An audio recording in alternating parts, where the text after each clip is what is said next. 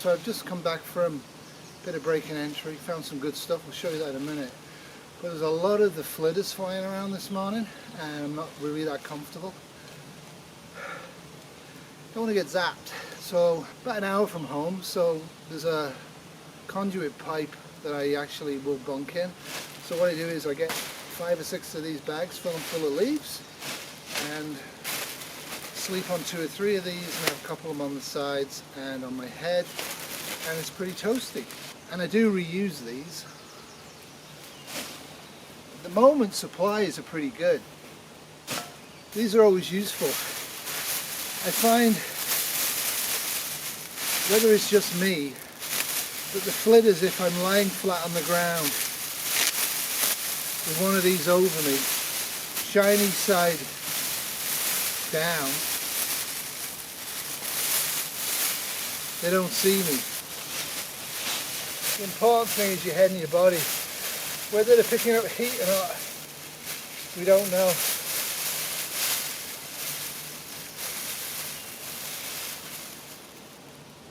What we find up in Canada is the radios. If you use any sort of radio or any sort of active device, like for night vision or anything active, they are targeting it and zoning and killing any movement in the area.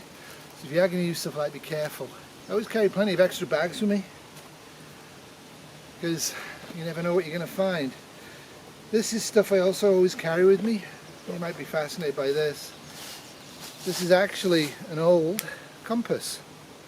Got a bit of magnifying glass on it, almost points to true north, and it has a mirror on that side for signaling. But I use it to see how rough I'm looking. Useful things, these old things. This is quite reliable. I haven't had any problems with it.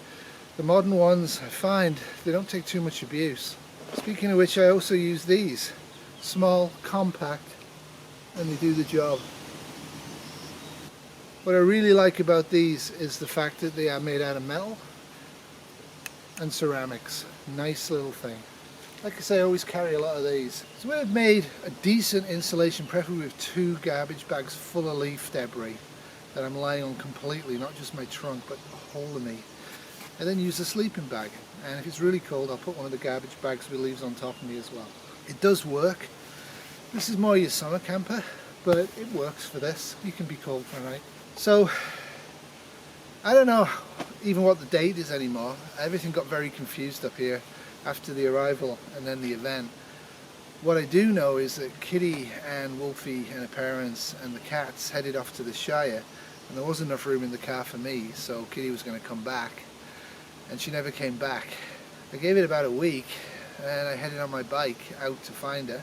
So just outside of Peterborough I found the car. They'd been killed along with a lot of people that day, and that week they were in a car. They were using technology.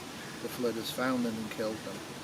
I buried them as best as I could, and I considered continuing onwards to the Shire, which is where most of my bug out stuff is and where I expected to go. But I just couldn't. I turned around and went back home, so I'm still in the Newmarket area, and I've been here ever since. Pretty rough early on. I drank a lot and it was pretty tough, but I had a ton of food in the house and I'd stored up a lot of water, so I was okay. Even when the power stayed off, I was fine, even through the winter with the fireplace and the other stuff I have. So after the first disasters and terrible things and all the rest of it, what was left of the police and the army in Canada actually got the people that were surviving together and encouraged them to bike and cycle westwards. So as far as I know, most of the surviving population of Toronto actually tried to head towards BC. I wish them well. There's no way I was going to do that anyway because of the winter, and the winter came in really quick. It came in very, very fast, and it was brutal. To try and get to BC on foot from Toronto, good luck. I know a lot of people try to go south. A lot of people went to the cottages. A few of them survived because they had supplies, and they're people we're in contact with. There's a bunch of preppers up on 48 that I've been in contact with. There's a couple of people in the area. So what I do is, at night I go around and I use my trusty crowbar, and I'm careful. I break into abandoned houses, and you'd be shocked what you find. And what I'm doing is I'm storing most of this stuff up, not because I need it, but to try and get a nucleus of supply together for a resistance group. We have to fight these people. They killed Kitty, They kill a lot of people. So coriander, oregano, not a lot of it, but something's better than nothing. Some tea, chocolate, that was always Kitty's favourite. Cough mixture, bit of coconut left over, a few cold tablets, some seeds, can't plant yet but I'm going to, sewing kit.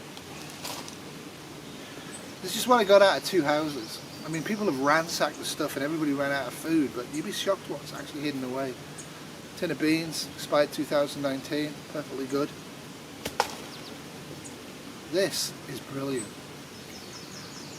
That's a score. So yeah, about 4 or 5 months later, maybe 6 months, I really don't know the time anymore. Somebody can tell me the actual date, I'd be appreciative of that. So what we're doing is we're communicating via SIM card, and people are travelling, mostly they're travelling, to be honest, south because it's warmer, but people are coming up to see what we're up to as well. And I had a bunch of these in metal containers along with radios and other stuff and solar flashlights. So we're actually recording stuff on camera like this and we're sending it off. And I'd encourage you to do this. I've had a couple of these I found from a guy down south called Praxis, who seems to be struggling a bit, but at least he's trying. And this is what we need to do. We're not winning, guys and girls.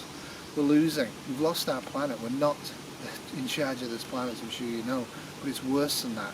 If this keeps going, there's going to be no education, no healthcare, no growth, no future. We're just going to scurry around living like rats in holes. And then what are we going to do? Wait for these dudes or dudettes to leave? We don't even know what they look like. We don't even know if they're robotics, aliens, one alien, a bunch of species. We don't even know why they're here. We have to find out why they're here. Until we find that out, it's hopeless. We have to get together. We have to figure it out. What I do know is trying to fight them right now with the technology that we have is a death sentence. So I'm still hiding, but I'm trying to find out stuff. There's been a lot of activity in this area right since the beginning. There's definitely something going on about 50 to 70 kilometers north of me, near Algonquin Park. I'm going to head up there and I'm going to try and know what's going on. There's been a few people in the area. We bump into each other and we talk regular.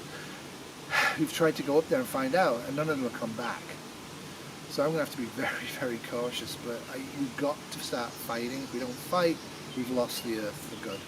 Yeah, so that's what I'm doing. I'm going to head to the pipe now and make the bed, sit in. A bit worried, there's been a lot of flitter activity, and we'll see what we see.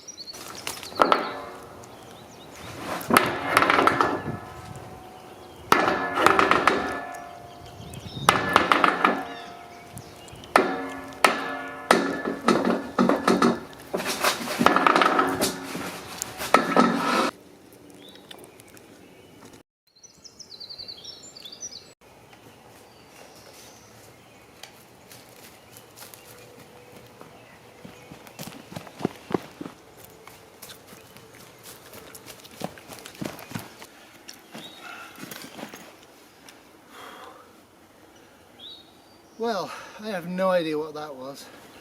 I didn't see anything. I kind of looked back, but I was too busy running off. That was frightening.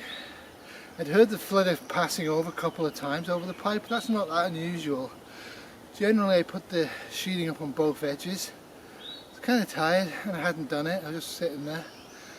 And then I heard something coming at the pipe and heard something on the pipe. Probably heard me talking. I figured when I heard it at the top of the pipe, because the pipe was open, it was time to run. I ran off. I'm alive. Carry like little packs of these. Lots of little packs, everything's organised without too much effort. When you're not really sleeping and you're not really your normal best mental state, it's good to have stuff. One of the things I'm using up is a whole bunch of army stocks. I put the gun back in there. The army gave me quite a bit of stuff, including emergency water.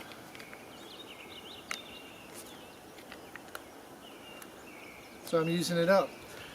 I can purify water, I can do a lot of things with water, but right now I'm not drinking anything that's not packaged before the arrival. I'm really not convinced that these people or animals or robots or computer chips or whatever they are that have conquered the earth wouldn't interfere with the water supply to poison us all. Call me a paranoid prepper, but while I can, I'm going to avoid it. When I can't, I'm going to filter it and try and use spring water.